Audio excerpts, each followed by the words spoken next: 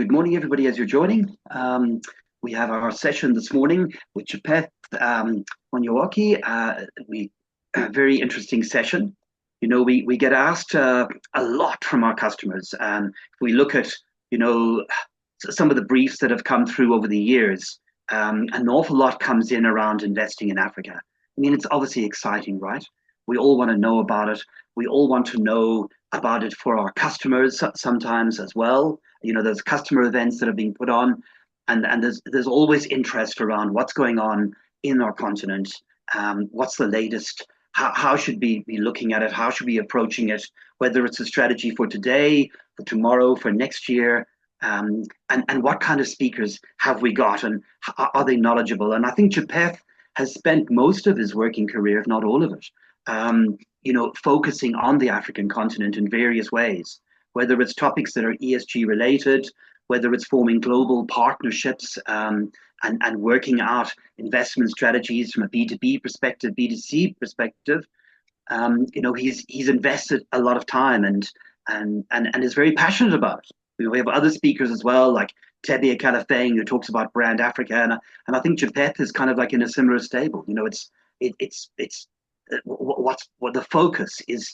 His focus is on the African continent. So, I think it's fantastic that he's here, and he's also had awards. He doesn't broadcast them a lot, I see. So I had to dig deep to find them. But there was an award for a Global Impact Award in business leadership. I know ESG is a passion of his as well. So we have a lot that we could unpack, but we only have 20 minutes. And Japeth's going to try and put it across in a way that sort of helps us to position him properly with the stakeholders, obviously, in the conferencing arena. How we should be promoting him and that sort of thing. And then we'll have some questions at the end. So I'm going to hand you over to Japeth. Take us away. Thank you. Thank you so much for that introduction. It's super glowing. You have no idea how best you could have put it. But thanks to the team at Unique Speaker Bureau. This is fantastic in terms of opportunities and in terms of where we want to go. But you know very well, you don't start a conversation without telling your story, right? So essentially, I would want to start from there, and then now we can touch on impact investment, venture capital, private equity, and then we can look at all the other stuff that we think globally makes sense on the basis that we have knowledge in terms of different countries, different nuances, and what we need to do. So I moved from Kenya in 2005 to South Africa. My plan was purely to just do my master's and then I go back. That time, of course, VETS was called the Harvard of Africa, so essentially I chose that. So when I was doing my master's, my supervisor for my thesis was Professor Mtuli, who was the director of the business school that time. He's now the Minister of Finance in Zimbabwe. So a lot of people say to me, make sure that you manage finances properly because essentially you got the best professor. So essentially, after that, I moved to Africa Investor. He was sitting as a director in London and he incorporated me into the team.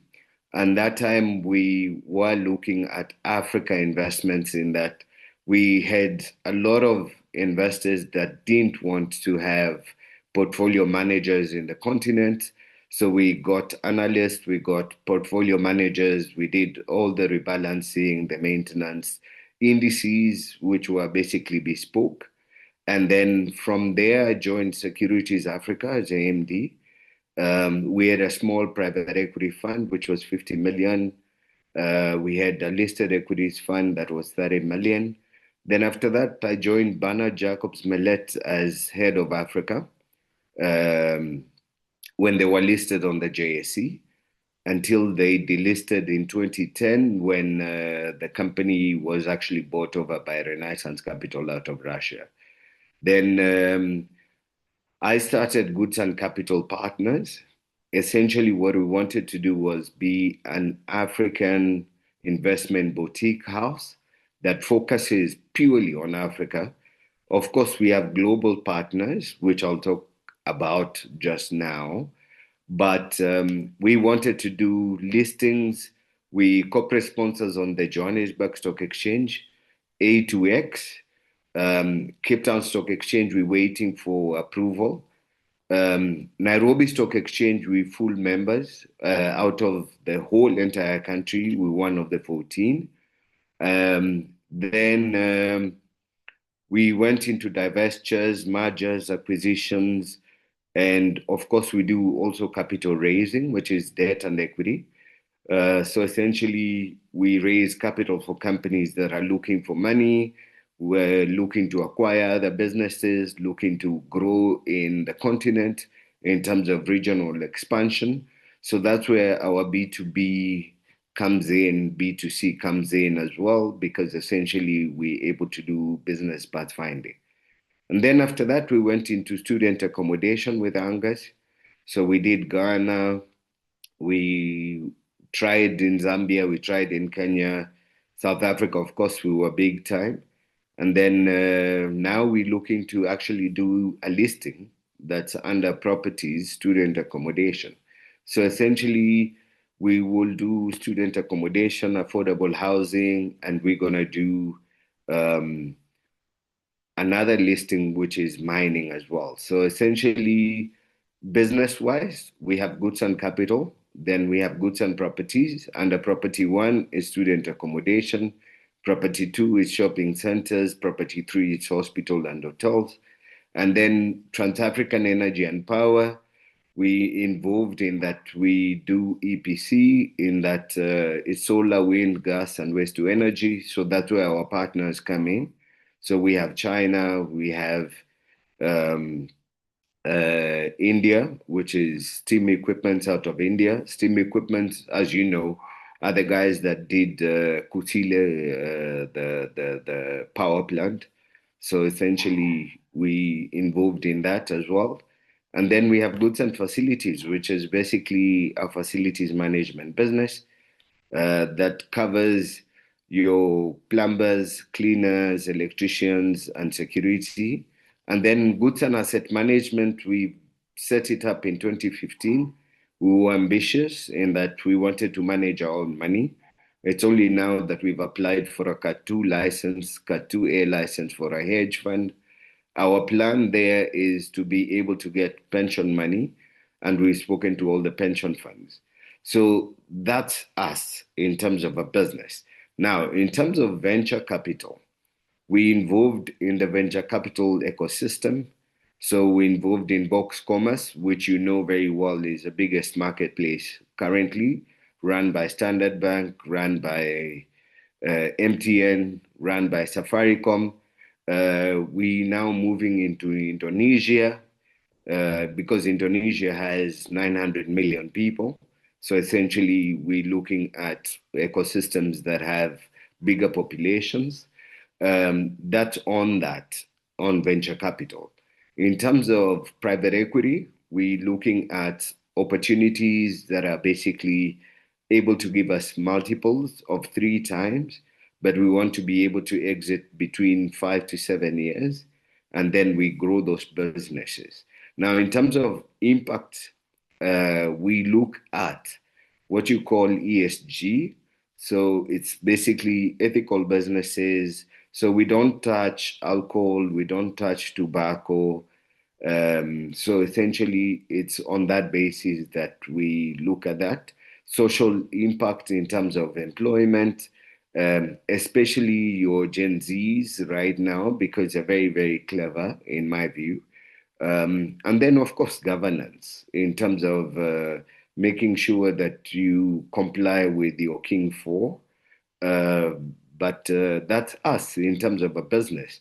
Now I'm ready to take questions because I think there will be more questions after this. Japeth, maybe from me, the question would be, from a conference organizer point of view, what kind of conferences do you like to be booked at? Where do you feel like you have the most impact? Is it conferences where businesses are trying to explore, investing in Africa, maybe some of the nuances, the do's, the don'ts, some of the things that they need to be aware of, or is it more like sort of a ESG kind of slant, where because I know you're focused on energy as well. Is it like an ESG slant that companies book you for? Where do you feel that you have the most impact in that kind of environment when you've got a room full of delegates and yeah, where do you leave the stage feeling you've made the most impact? Thank you, Paul, for that question. Number one, I'm multifaceted, so you know very well we transverse property, we transverse energy, we transverse venture capital, we transverse also impact investing, and then you disappeared.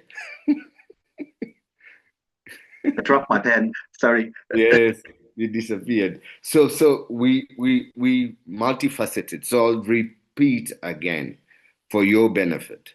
So now let's start from the beginning. The beginning is investment banking. So anything finance, we there. Anything mergers, we there. Anything acquisitions, we there. Anything regional expansion, which is business pathfinding, we're there in terms of regional expansion. And it doesn't matter whether it's only in Africa, because like I told you, we've invested in Box Commerce and we're already in Indonesia. So we're more than happy to look at geographies that make sense. So that's number one. Number two, anything property, we're happy to cover. Anything energy, we're happy to cover. Anything facilities management, we're happy to cover. Right now, we on our capital raise for our asset management business. So essentially, we're looking to be in talking terms with pension funds. So essentially, we're more than happy to do that as well. So I hope I've covered your question, have I? Yes, in part you have. It's. I just wanted to know, like, when you get on stage, is there a sort of a what do you want the audience thinking and feeling after your talk? Do you want them feeling more encouraged, more structured about investing in Africa? Well, what's in your heart? What do you hope to achieve? I mean, Both of them. aside from the broad Both of strokes, them. I want to both. encourage them, but I also Hmm. want them to leave knowing that they know that they have a go-to party that they can trust 100%. Right, right. And is it that you want them um, sort of partnering with you ultimately, or is it just that you're also happy to give advice then to audiences? Just use it, don't use it kind of scenario. Come talk to me afterwards. Are you also of that sort of abundance mindset about just giving the information out there and you know? I believe in making sure that people do not have to pay for every single advice I give them. So I'm more than happy to give advice for free. I'm more than happy to point them in the right direction. And I'm more than happy to even advise them off stage to say to them, go to Mr. So and so, here's a business card. Call him and say to him that I introduced you and you'll be treated with velvet gloves. So essentially, I do not have an issue with that. So for me, it's not money driven actually. So it's purely about impact in that we're more than happy to help where we can. Um, if people decide to partner with us, we're more than happy. If people want to invest with us, we're more than happy. So we do not have an issue with whether they partner with us, they invest with us, it doesn't matter. For us, we just need to make sure that we add impact proper. Mm.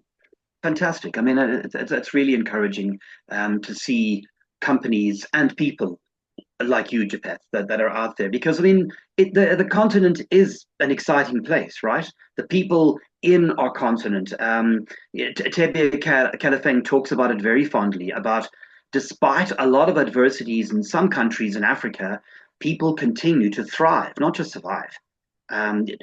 Despite everything, and there's so many lessons that could be learned and shared, not just amongst countries in Africa, but like you say, around the world, where adversity, difficulties, it's the norm these days, isn't it? People are just taken and removed out of their comfort zones. What was a certainty is no longer. We just have to turn on, Sky News or CNN or any of the channels to discover that. Um, so it is very encouraging. And have you personally, have you sort of really enjoyed your journey? I mean, it seems like you're not stopping.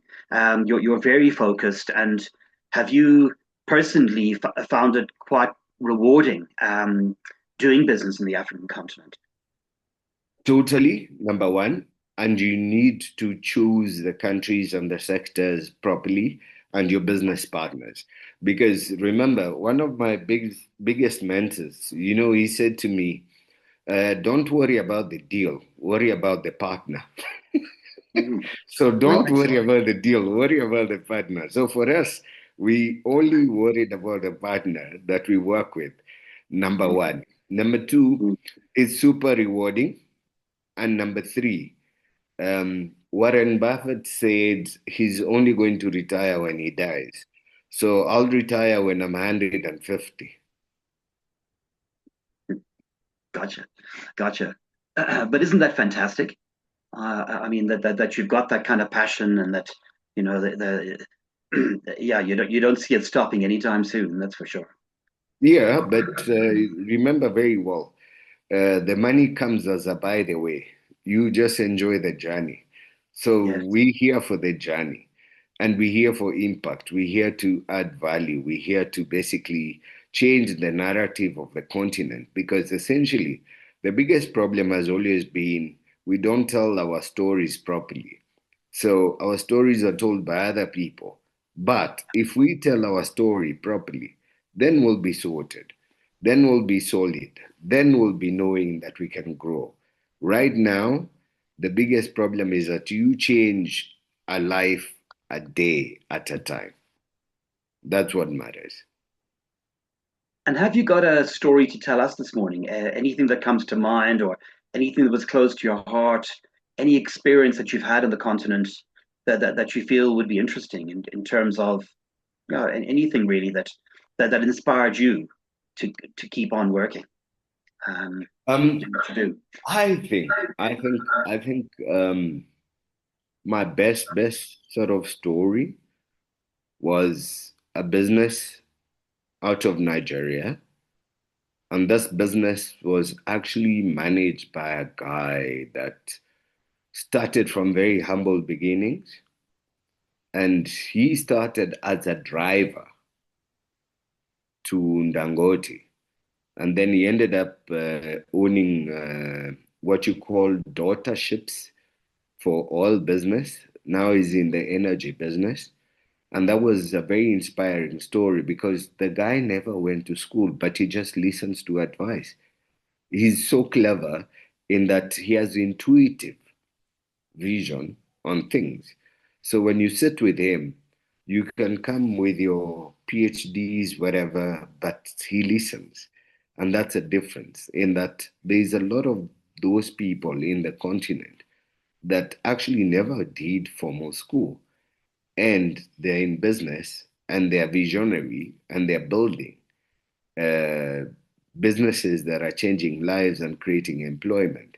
And they hire the best people to make it funny. They hire the best people. So they're not intimidated. As much as they never went to school, they're not intimidated. So that was one of my inspiring story. From a driver to owning your own ships, owning your own things. I mean, that was just beyond amazing in my view. Well, that is fantastic. And what a message as well. These are the kind of things that are happening on the African continent. Um, Lovely. I love the story. Is there? And I'm just going to open it up to the team a little bit now. Do we have any questions from anybody on the team? Clive, you're normally very vocal. Um, just see if there's anybody that wants to ask. Clive Hi, is no coming. questions from me, Paul. I was just listening very attentively to Japhet. Really enjoyed listening to him. And it was more taking it all in and just really understanding and making sense of the value that he would bring to my clients if I were to propose that he give a talk or be part of a panel and so forth. And Clive, to that point, what do you think our customers are looking for when it comes to someone that's got the knowledge that Japeth has? Where do you think that they could place him? What advice would you, where would you recommend?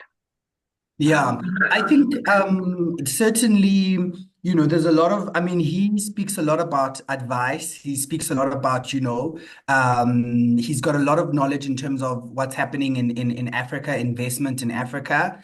And a lot of our clients that are based in South Africa are looking to tap into that space in terms of just knowledge wise, right? And transfer that knowledge to their delegates, be it in South Africa, but also delegates spread across Africa. I mean, I had a client just now that was doing a conference just here in Sandton, and they are based in Malawi. And they had delegates from all over Africa. They had delegates from Mozambique, from Zimbabwe. And the conversation was also very broad. It was a master class on corporate governance, and they covered a whole host of issues around Africa. And as I'm listening to Mr. I thought, he would have added a lot of value in that conversation, in that masterclass. So that's where I would place him. But I think there's a lot of value that he would bring to organizations, to some of my clients, particularly the ones that are not just based in South Africa, but that have footprints across the rest of Africa. But we need to also look at global companies that are looking to come into Africa. So let's not uh, only focus on African businesses. I think Mm, there's a lot of value there, number one. But number two, what I also think is that we need to also look at businesses that are looking to expand into the continent. To give you an example, um, being Kenyan, you know very well we're 13 times smaller than South Africa. So, in terms of even corporates, you have yeah. no idea how much impact you can create and how much change you can create. So, essentially, don't look at it from a level of, oh, let's get an MTN, let's get a Standard Bank. Mm, There are a lot of businesses based on just sheer value of the economy of South Africa. They're able to add impact in the continent. Now, you mentioned Malawi. Now, you know very well, Kenya being the seventh largest economy in the continent, it's 13 times smaller than South Africa. So don't even mention Malawi because I promise you, it will be much less. It will be much less. So so let's look at it from a standpoint of what impact can we make? Which countries do we target? What mm, businesses do they want to be in? I mean, we got involved in a company called Capfish. So they do fish out of Lake Malawi, by the way. Um, and then I said to them, let's look at a bigger conversation. We go for a Mozambican company that's already doing fish and it does ships. Then they will give you two ships. Then you're able to now be able to break even. Otherwise, you will never be able to break even because you don't have scale. So essentially, those are the type of conversations that I'm really considering in terms of just looking at it from a standpoint of if we look at the Eastern Corridor, You're looking at your entire Mozambique, the entire Tanzania, the entire Kenya. I promise you, you can easily be self-sustaining from even a food perspective on the basis of just fish.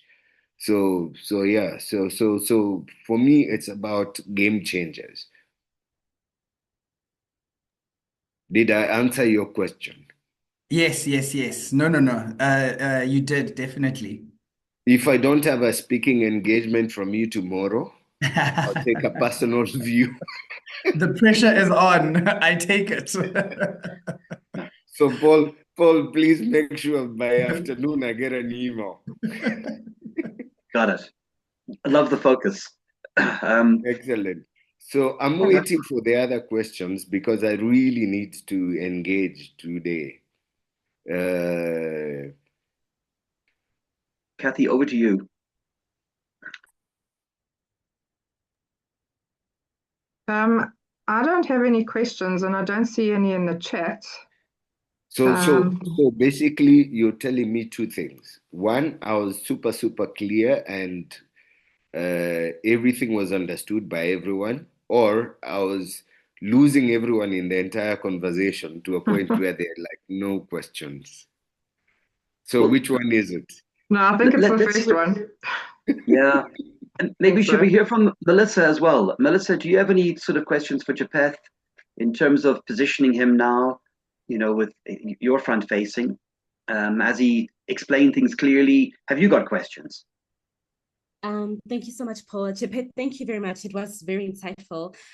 I don't have any questions, but I think where I took most from, and especially where our customers do ask for speakers to do with investment in Africa, perhaps asset management, even entrepreneurship and sustainable investing. I think that's where you would be perfect for that as well, because we do have some customers that do ask for such themes to do with capital markets, business growth as well.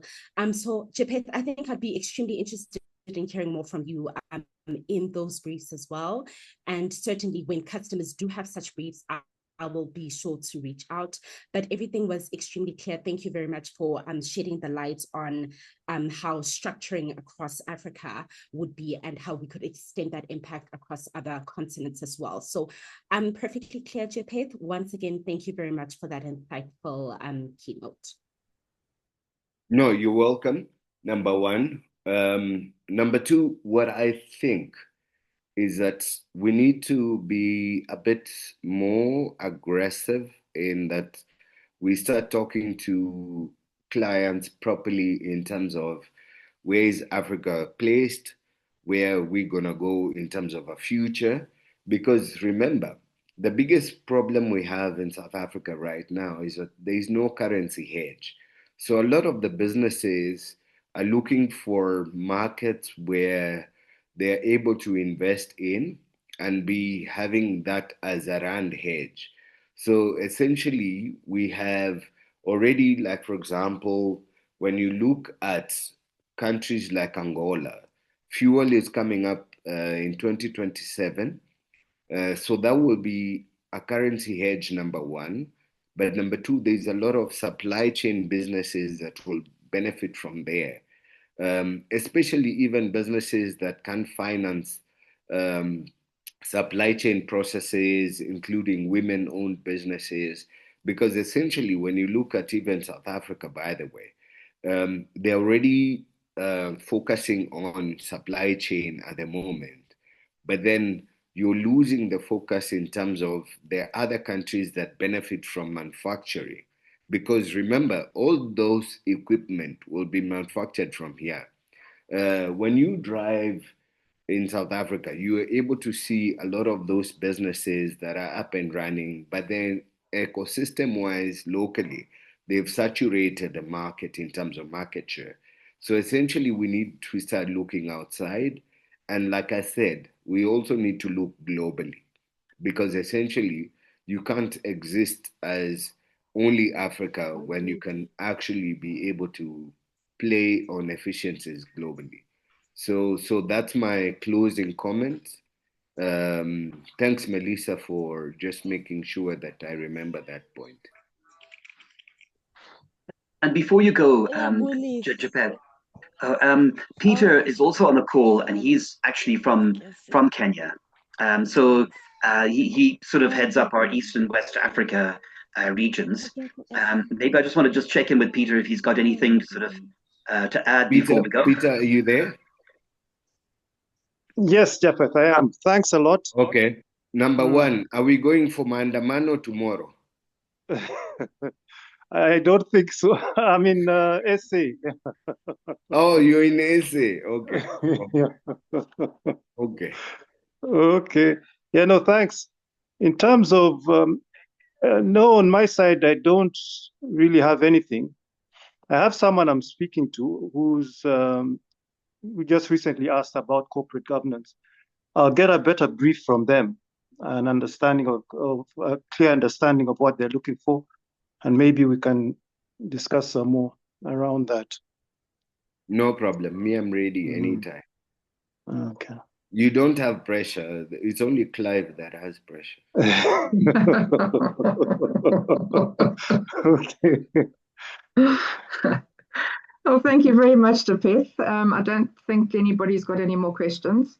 I did enjoy when you said that listening you learn. So I think that's a very, important thing because, once you do that, then you do grow.